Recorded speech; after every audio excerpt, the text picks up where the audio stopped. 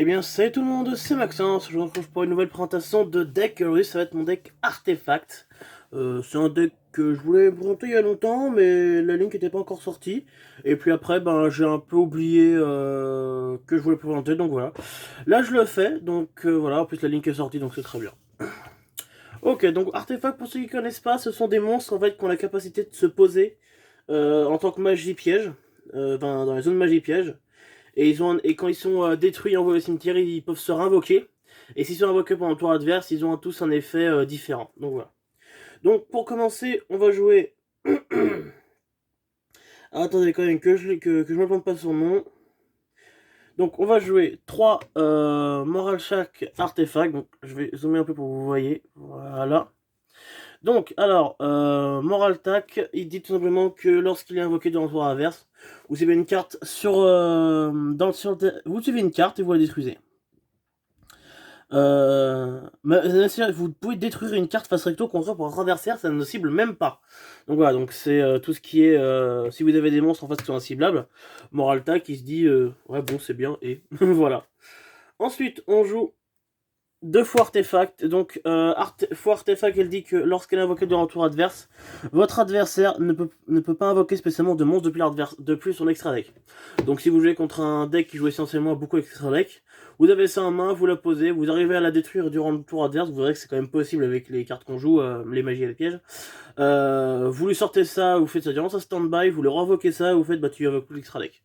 Ça contre ça là, voilà quoi, c'est... voilà quoi, en face il est un petit peu mal.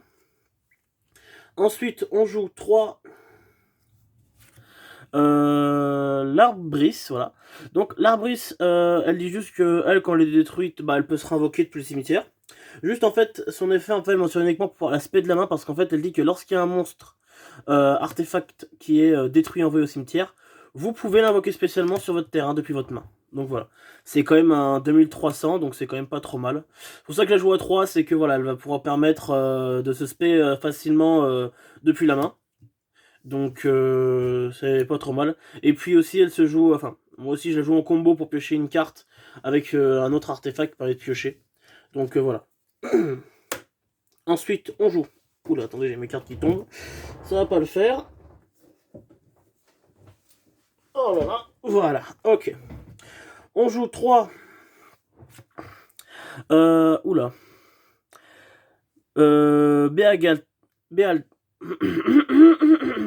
Béagaltac. Donc c'est simple. Lui il dit que lorsqu'il est invoqué dans votre adversaire, vous ciblez 2 cartes que vous contrôlez, vous les détruisez. Si je ne me trompe pas. Voilà, 2 cartes posées que vous contrôlez. Et vous les détruisez. Donc ça vous permet en fait d'invoquer. Enfin, si vous les détruisez, donc vous avez 3 cartes artefacts posées. Vous faites par exemple un typhon sur lui. Et ça va automatiquement, quand il va réinvoquer, vous pouvez détruire vos 2 autres cartes artefacts qui vous permettra de l'espé. Donc voilà. Ensuite, on joue 2 cas du artefact. Donc lui, tout simplement, c'est lorsqu'il y a un monstre artefact qui est invoqué, vous piochez une carte. Donc voilà. Donc par exemple, si vous... donc par exemple, petit exemple, si vous l'avez sur le terrain, et que vous invoquez... enfin, par exemple déjà, s'il est détruit, vous l'invoquez déjà. Donc lui il piochera pas de carte parce que c'est pas quand il s'invoque lui, c'est quand vous invoquez un autre artefact. Ensuite vous invoquez votre Labris, donc déjà ça vous fait une pioche de cartes. Et puis imaginons que vous aviez 3 cartes artefacts sur votre terrain et que l'adversaire vous fait par exemple Orage foudroyant, imaginons. Donc il vous détruit tout, vous sollicitez dans la chaîne d'invocation, vous faites en sorte d'invoquer celle-ci en premier. Ensuite, ça vous permettra d'invoquer, ben, on va dire, vous invoquez ensuite un Moral Tac et par exemple une faux. Voilà. Et en plus, après, vous invoquez en plus un arbris, ça vous fait 3 pioches. Donc voilà, c'est quand même pas trop mal. C'est une carte que je joue, que j'aime bien jouer, parce que j'ai dans l'ensemble bien pioché. Donc voilà, je la joue en x2, donc ça, parce que ça permet quand même de piocher. Donc c'est pas trop mal. Ensuite, on joue. Alors attendez, hop, voilà. De Égide. Donc Égide, tout simplement, lorsqu'il est invoqué durant le tour de l'adversaire, vos monstres artefacts que vous contrôlez ne peuvent ni être ciblés ni détruits par effet de carte. Donc voilà. Il existe la même carte, mais en violette, qui dit que en fait, elles ne peuvent pas être détruites au combat. Moi je joue pas, je joue uniquement la défense contre les effets parce que voilà, je préfère.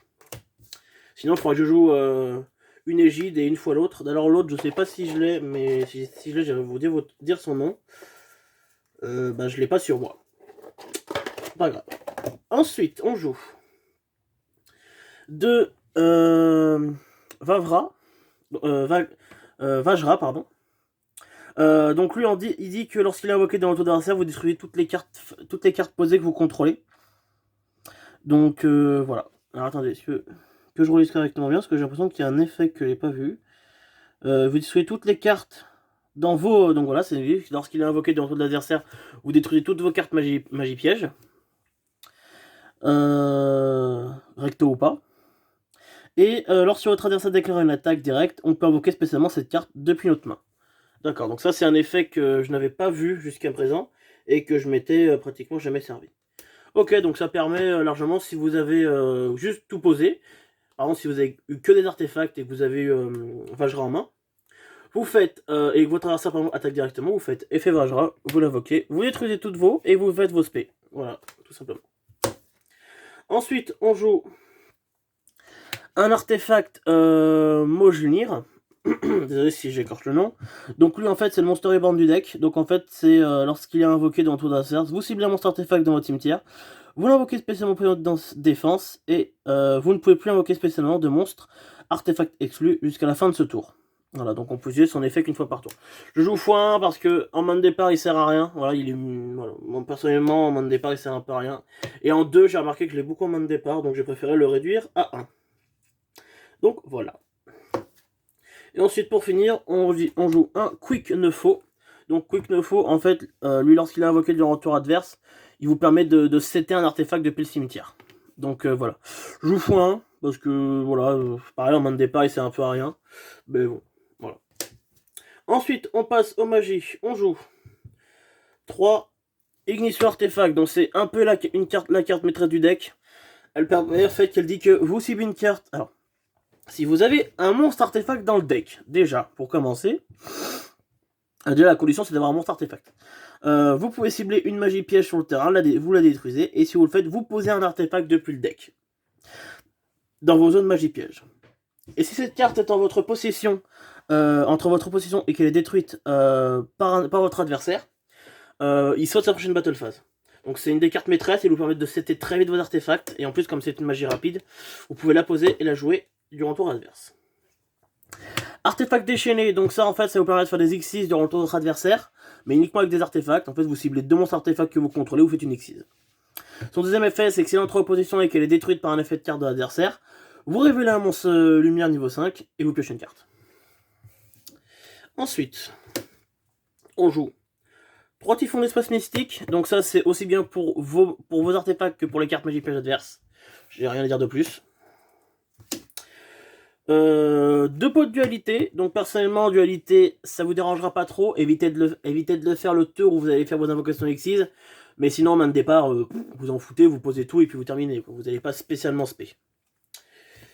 Ensuite on joue la deuxième carte maîtresse du deck, c'est une piège sanctuaire artefact qui vous permet d'invoquer spécialement un artefact depuis votre deck, et que si bien sûr elle est en position et qu'elle est détruite par un effet de carte de votre adversaire, ou si bien une carte sur le terrain, vous la détruisez. Voilà. Mais bien sûr, on peut activer qu'un artefact par tour. C'est qu'un sanctuaire artefact. Ça, c'est trop fort. Je pose 3 artefacts. Vous imaginez, vous avez 2 ou 3 sanctuaires dans la main. Vous les posez, vous activez tout, vous sortez 3 artefacts, et puis voilà. Vous faites 3 moral tac, et puis terminé. 3 violents orage de poussière.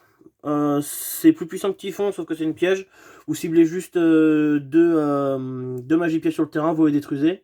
Après, on peut plus mener sa battle phase le tour où on a activé cette carte, mais c'est une carte piège. Et comme on joue artefact, on veut surtout le faire durant le tour adverse pour détruire vos propres artefacts. Donc c'est pas la contrainte n'est pas vraiment une contrainte. Pour terminer sur le deck, on joue 3 retours au front. Vous ciblez une carte un monstre dans le cimetière. Dans votre cimetière, et vous l'invoquez spécialement en position de défense. Je pense pas avoir besoin de dire plus de choses. Ensuite, extra deck. On joue 3 Dagda artefacts. Donc il manque 2 monstres de noms différents pour s'invoquer. Et lorsqu'on active, et lorsqu'un effet d'une autre carte sur le terrain est activé, effet rapide, on peut poser un monstre artefact depuis notre main ou deck dans une zone magie piège, comme une magie, mais on la détruit durant la prochaine phase de l'adversaire. Donc, traduction, si vous faites cet effet durant le tour de votre adversaire, la carte ne sera pas détruite à sa phase, mais sa prochaine phase. Donc la carte va rester, si on compte le tour, on a activé cet effet, 3 tours sur le terrain. Bon, certes, vous pouvez la redétruire après par une autre magie ou une piège, d'accord. Mais le plus intéressant, c'est que si vous l'avez déjà sur le terrain et que vous faites ça durant votre tour, voilà quoi, elle restera moins longtemps et puis voilà. Mais sinon, c'est juste pour l'effet de poser en fait. Et si vous alors attendez que je lise, que je vois pas très bien la caméra. Cette carte est invoquée par rien et détruite. Vous pouvez invoquer spécialement un monstre artefact depuis votre deck en position de défense. Donc voilà. Elle est pas trop mal, elle est bien dans le deck, donc voilà. Puis elle est facile à invoquer. Hop. Et puis souvent, moi avec ma enfin, des fois j'arrive à sortir 4 artefacts. Donc au tour prochain, j'ai une X6 plus la Link, donc voilà. Ensuite, on joue 3 Durandal, artefact. Donc il a 2 effets, donc il dit tout simplement que une fois par tour on peut activer un de ses effets, dans le tour de chaque joueur bien sûr. Soit on détache un, tous les joueurs remélangent leurs mains dans leur deck, piochant le même nombre de cartes. Alors, soit vous le faites après une tuto de l'adversaire, bon, s'il a une... Donc, après s'il pose un monstre qui avait tuto, il va avoir 5 cartes en main, il a une chance qu'il repioche le monstre qu'il ait tuto. Donc voilà, mais bon, c'est une chance sur 3, hein, c'est en fonction de combien il joue de deck. Par exemple, vous faites ça contre Salah, il va chercher Gazelle, vous détachez, vous remélangez tout. Bon, il a une chance sur... voilà quoi, de repiocher sa Gazelle. Comme elle est limitée à 1. Et son deuxième effet, c'est dit que lorsque votre adversaire active une carte ou une magie piège normale, vous détachez un et l'effet devient détruire une carte posée. Et l'effet devient détruire une carte magie piège contrôlée par votre adversaire. Donc voilà, en fait, imaginez vous avez un artefact, vous avez lui sur le terrain, vous détachez un, il active par exemple, allez, au pif, allez, Upstart Goblin, je joue ça comme ça, vous faites effet du Randall, vous détachez un, et et Upstart Goblin, au lieu qu'il pioche un et que vous gagnez 1000, il va devoir détruire une carte multi-piège que vous contrôlez, donc ça va automatiquement détruire un de vos artefacts. Ensuite, on joue un Pléiades constellé, donc vous détachez un, durant le tour de chaque joueur, vous détachez un matériel de cette carte, vous ciblez une carte sur le terrain, vous la renvoyez à la main. Voilà, pas grand chose à dire de plus. En plus, il a un petit 2005 d'attaque, donc c'est pas trop mauvais. Un numéro 5, Dragon Chimère de la Mort. Je le joue uniquement parce que en fait, il peut monter en attaque très rapidement. Donc c'est facile de le sortir à 4000. Donc il gagne 100 pour chaque matos qu'il a attaché.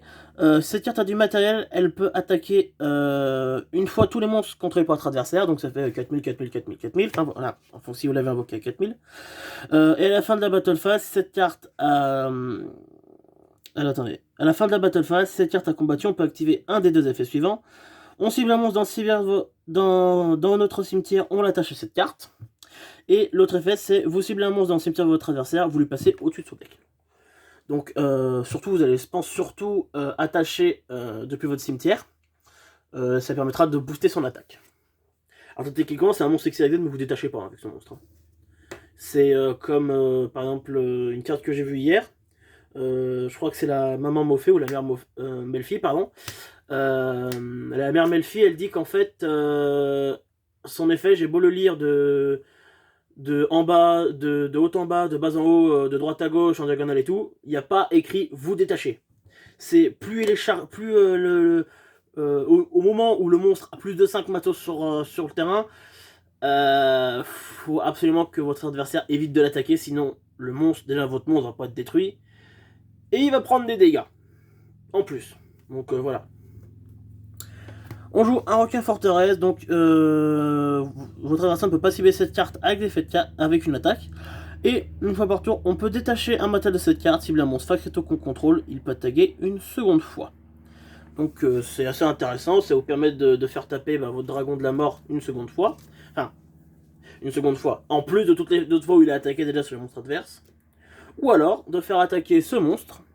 Le numéro S69, emblème héraldique de l'horreur. Donc son effet, je joue pas du tout, je joue pas du tout pour son effet parce qu'en fait il faut que je joue l'autre, level 4, pour pouvoir le sur X6 dessus. Mais bon, je l'ai pas. Et puis de toute façon, je joue que de level 5, donc voilà. Et en fait, lui, tout simplement, il dit que... déjà, il tape à 4000. Et surtout, c'est... Alors, je joue quand même son premier effet qui est très intéressant. En fait, lorsque votre adversaire attaque, vous pouvez détruire tous les cartes contrôlées par votre adversaire. Voilà, quoi. C'est un... Il dit, j'attaque, ouais, ok, effet, je détruis tout. Clairement, c'est un... C'est un trou noir à booster. Voilà, c'est un trou noir à 4000 points d'attaque. C'est très puissant. Voilà, j'ai rien à dire de plus, c'est... Voilà. J'attaque, ok, je détruis tout. Ok. Ensuite, on joue le roi de l'industrie lourde. Donc, lui, il dit qu'une fois par tour, on peut détacher un matériel de cette carte, envoyer les 3 cartes du dessus de votre deck à votre adversaire dans son cimetière. Puis, s'il y a des monstres qui ont été envoyés par cet effet de carte, attendez, détruisez... Ok, donc, je vais le lire parce que ça fait très longtemps que j'ai pas lu. En fait, vous détachez, l'adversaire envoie 3 cartes de tueur sur deck au cimetière. Pour chaque monstre qui a été envoyé, eh ben vous détruisez une carte sur le terrain. Voilà, tout simplement. Ça lui fait perdre 3 cartes de tueur de son deck, et puis s'il envoie des monstres, vous détruisez autant de cartes qu'il contrôle. Pour juste 3 monstres de level 5 avec l'artefact, c'est ultra facile à invoquer. Oh, voilà quoi, vous êtes bien. Et enfin, pour finir, on joue un Gaïa, le Chevalier Tonnerre. Donc lui peut se surexcise sur un level 6 ou 5. Enfin, sur un rang 6 ou 5. Donc voilà, c'est juste pour ça que je le joue. Voilà, je le surexcise et puis ça fait un monstre à 2006 d'attaque. Voilà. Bon, et ben j'espère que cette vidéo vous aura plu. N'hésitez pas à vous abonner à la chaîne, à mettre la petite cloche de notification, à vous rejoindre sur mon Discord. Et sur ce, je vous dis à la prochaine tout le monde.